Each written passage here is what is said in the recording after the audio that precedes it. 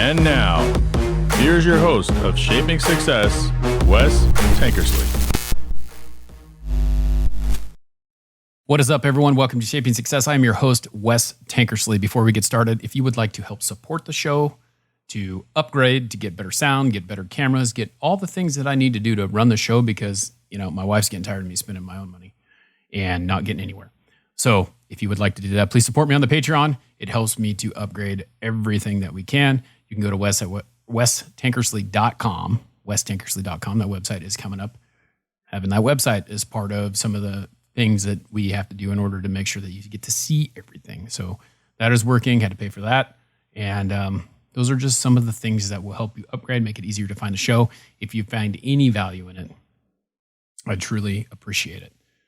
In a minute, we'll talk about the law of authenticity, which we have talked about different laws in this book, The Go-Giver, with Bob Burg and John David Mann. So we've already talked about the law of value. We've talked about the law of compensation, the law of influence. We're going to talk about the law of authenticity in a minute here, but I wanted to kind of talk to you about the show in general. I get self-conscious. So sometimes when you get a show that doesn't happen, when you get a classic show, it's because I got to the point where I was afraid to record the show. As you know, I've lived in a rental for the last 2 years, and the recording space that I'm sitting in right now is in between the master bedroom and the kids' bedrooms, and it's right in the middle.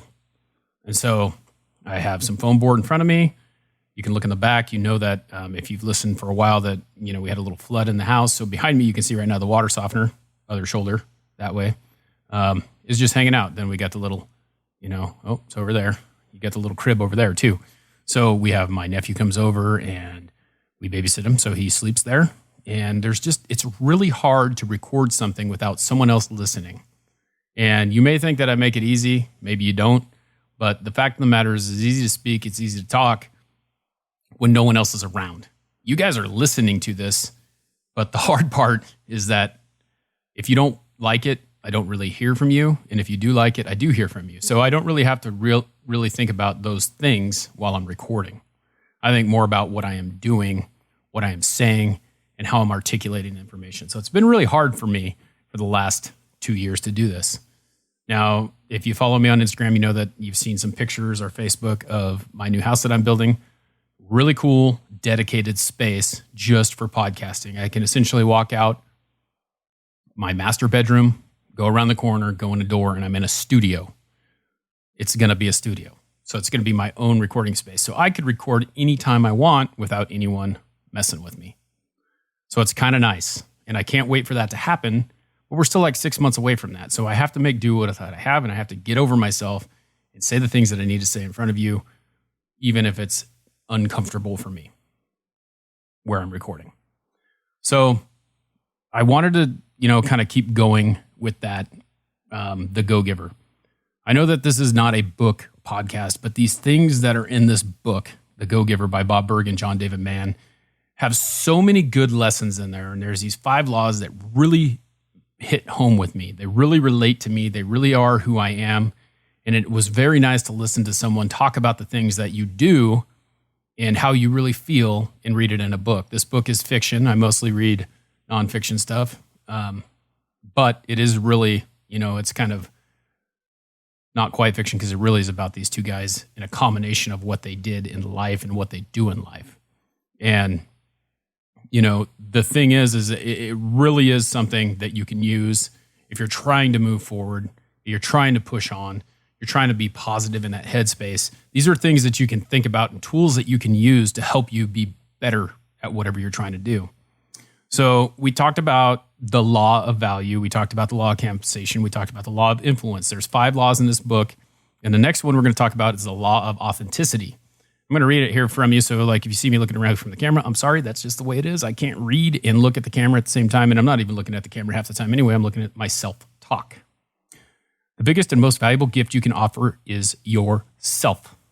Every human being craves genuine connections and relationships.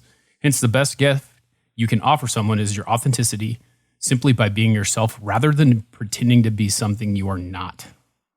No amount of manipulation skills or techniques can be as effective or as valuable as your authenticity and sincerity. So think about that. Okay, I'm going to read the first sentence again. The biggest and most valuable gift you can offer is yourself.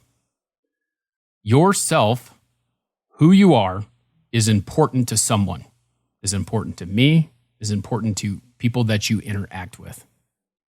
Now, if you pretend that you are someone that you're not, and then you find out, if people find out later on that you are not what you said you were, what happens?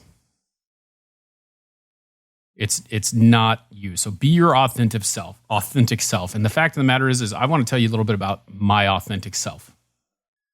I don't know how to describe myself, but I know it's not OCD. Because I've talked to a friend of mine about OCD, and I do not have OCD. I am very structured in the way that I do things. Not to the point where I feel like something bad is going to happen if I don't do it the way that I'm going to do it, but to the point where with myself, if I'm doing something, it needs to be done a certain way. And it needs to be done in the most efficient way possible. And in order to be efficient, I have to decide what works best and continue to do this over and over again. And I have issues right now with something that's going on, and I'm trying to figure out how to rectify the situation. Okay. I work with people who are not so open to ideas, to change, to different types of structures that make things better. I work with people who are very open to ideas, who want to listen to everything you say and not necessarily follow that. We talked a little bit last episode about being objective and how when you ask for someone's opinion doesn't necessarily mean that you have to do exactly what they say, but you value their opinion and you want to make an objective decision, an informed decision on what you're doing, okay? So when you go to someone and they tell you, no, this doesn't work, but they've never really been in your shoes, then it's a problem. Okay. And here's the case in point. This is how it relates to my life. And that's what I like to do is tell you guys how it relates to me. And maybe you've been through a similar situation. So in my job, I am scheduled throughout the day to go to appointments. Okay. Someone has decided that 9 o'clock to 5 o'clock is the working hours, right? So appointments need to be scheduled from 9 o'clock to 3:30 because typically we get an hour and a half in between appointments, right? So if they've made that decision, if they've made that distinction that that's the way that it's going to be, and they've decided for you that you're going to have that schedule, then they've dictated what it's going to be to the customer, right? Now, I don't know about you guys, because everyone is different. Every single individual is different. Every person is different. I get up at 4:30 in the morning, okay? I'm ready for my day at 6 o'clock. I could have an appointment at 6 o'clock. I wouldn't do it, but I could do it. And 8 o'clock for me is the start of the day, right? So 8 o'clock is when I'm going to leave my house, when I'm going to start working, when I'm going to do the things that I'm going to do if I have to. If someone needed me to have an 8 o'clock appointment, I would do it. Now, if a customer calls in and they ask you to schedule them an appointment and you say, hey, we got between 9 and 3:30, pick your time. Okay, and you got a week to schedule out. You're basically throwing a dart at the wall, and wherever it lands, you're going to take that, right?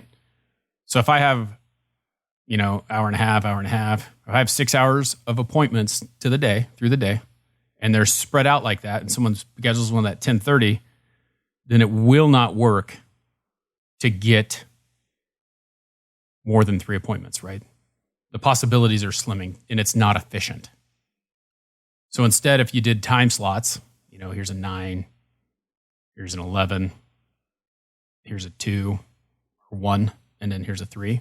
And now you have time slots, and then a person calls in and you offer.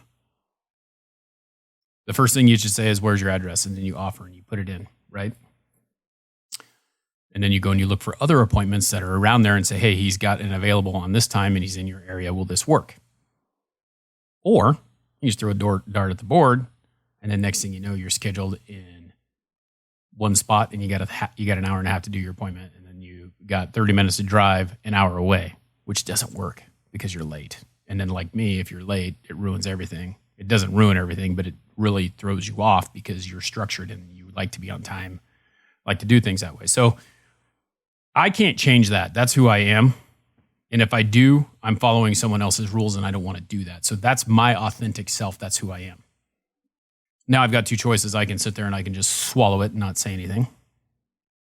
if I think it's wrong. And I mean, this may sound petty to you, this may sound little to you, but to me, this is an important thing, to be on time, to be efficient, to get customers' prices, to do the things that you need to do as fast as you possibly can. This is important to me. That's my authentic self. Now, I can't change that. Now, I can't be the person who doesn't care. I'll get there when I get there. Oh, I'll send them the quote when I get the quote. Like, I can't be that person. And if I do, I don't feel good about myself. So you must be your authentic self in order to make that happen. So don't change who you are to fit the needs of other people is basically what that means. You know, in my life, I would respect you more if you had a problem with me, if you came and said it to my face instead of talking about me to it behind my back. It drives me crazy because I cannot fix a situation if I don't talk to you about it. Okay? I can't make a change if I need to. I can't make an informed decision about whether you have value or whether there's worthiness to your complaint or critique of me without you telling me about it. You can tell me that my way is wrong. You can tell other people that my way is wrong or whatever, but you don't really know unless you come to the source what's going on. You don't know the authenticity of the person. So that's the way that I look at life. I had a boss. The favorite manager I ever had worked for me, that I worked for at Les Schwab. He could be a real hard ass. I was standing in front of a tire machine one day. I was changing a tire. And the phone was ringing and it was right next to me. And I just ignored it. And I knew I ignored it, but I ignored it because I was working and I didn't want to answer the phone because I was trying to get this job done. That's not the Les Schwab way. Or, well, that wasn't the Les Schwab way. The Les Schwab way is answer the phone, run out, greet customers, take care of people, do the best you can no matter what, which is the way that I live my life. But at that moment, I had a moment of weakness and I did not do it. He comes flying around the corner and says, answer the fucking phone. Looked right at me. I picked up the phone. Schwab Tire Center, this is Wes. How can I help you? Took the call. Hung up the phone. And he's still standing there. Pulls me around the corner. Rips my ass for not answering the phone. At this point, I have two choices. I can make excuses or just accept what I did was wrong and move on. And then he has two choices. He can be pissed at me for a very long time because I didn't do what I was supposed to do, or he could ignore it and not say anything about it and to just be mad at me, but instead he chose to talk to me about it. It wasn't a very nice conversation, but it was to the point and it was forward and it told me exactly how he was feeling. And I knew that, and now I can address the situation. And guess who picked up the phone on the first ring every single time it rang? This guy. So if he did not do that, and then he just didn't say anything, like another manager that I had, and just held this grudge and treated me like dirt because he didn't know the situation, then, I never would have known. And so I had that situation that I was talking about before happen as well with a different manager. Whereas he thought he knew who I was, never had a conversation with me, never found out who I was, and thought that I knew a bunch of stuff that I didn't know, and then was mad when they hired me and I didn't know what they thought I knew because he didn't talk to me directly about it. Well, the assistant manager that I worked for helped me get a lateral move to another store, and he talked a bunch of stuff that he didn't even know what he was talking about. I was really good at a couple things on the alignment center side, really good at everything on tire side, but they come in thinking that I'm a full-blown alignment tech, and I was not. I was really good at doing lift kits, and that was pretty much it. But I wanted to learn all the other stuff, and I was willing to work for it. Well, that wasn't good enough for them. They didn't want to train me. They wanted me to know exactly what I knew. So it didn't work out. But I had a conversation with him. I confronted him about the situation so that I could figure out why he was acting that way to me. So I've been in these situations in my life, and you have choices about the way that you handle them. You have choices about the way that you look at how someone treats you and how you react to that. And I'm learning as I get older, and I'm learning in my life that I cannot control how other people react to a situation, but I can control how I react to a situation. And that is the hardest thing to get a grip on, because it's easy to look at what someone else is doing and know that you have no control over that. But do you have control over the things that you do? Do you have control over the fact that you're on time? Do you have control over the fact that you turn in your quotes when you need to? Do you have control over the fact that you do all the things that you need to do in order to be the best you can no matter what there is? Yes. Do you have control over Freddie not liking you? No. Do you have control over the way that they treated him as a kid? No. You don't. You have no control over that. So be your authentic self and control what you can control. Control that you are being consistent in the things that you're doing. Talked about last episode about baseball and how I love that game because it teaches you to be consistent. It takes 10,000 hours to be proficient at anything. Do you think that Brandon Crawford, the shortstop for the San Francisco Giants, hit 10,000 hours and stopped? No. He's probably spent 10,000 hours plus in the cage, always trying to improve upon whatever it is. And taking those swings, making those, or getting those reps in every single time. Golf. I love golf. It's one of those games that I do not play enough. I wish I did. And I'm not very good at. But I will tell you this. When I went out and I played twice a week, my handicap went down. My scores got lower. I got better. When I play once every 3 months, not so great. Not a whole lot you can do about that because you're not practicing, you're not honing your craft no matter what it is. No matter what you're doing. If you want to be a good salesman, if you want to be a good athlete, if you want to be good at editing videos, the only way to get better is to do it. To go out there and be consistent. Do it over and over and over and over again. And the more you do it, the more you learn, the more you pay attention, and the more you get done. So be consistent. You can control your consistency. You can control how hard you work at something. You can control what you do. But you cannot control what other people do.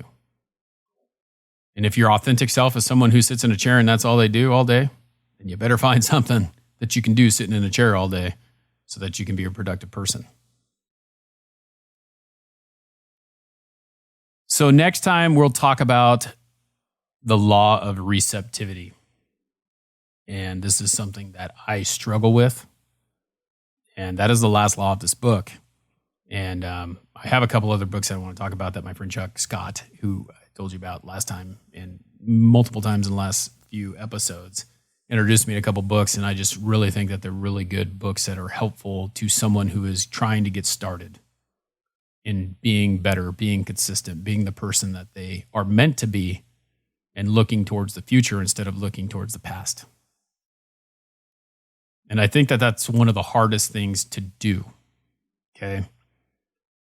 I had a conversation with a family member who was talking to me about all the things that I did when I was younger. Now, there's no merit behind what he's talking about, but that I was a problem, that I had issues, that I never was consistent in what I was doing. The problem is that the failure to see what is going on in the future versus what is going on in the past is something that you have to get past. Well, it doesn't make sense. You got to get past it, right? You have to get past the past. That's all there is to it. In order to get past the past, you don't have to forget the past, but you have to be better in the future. You have to move forward. And that's what I'm trying to do every single day. There are lessons behind me that I was taught that propel me into the future to be the man that I am becoming.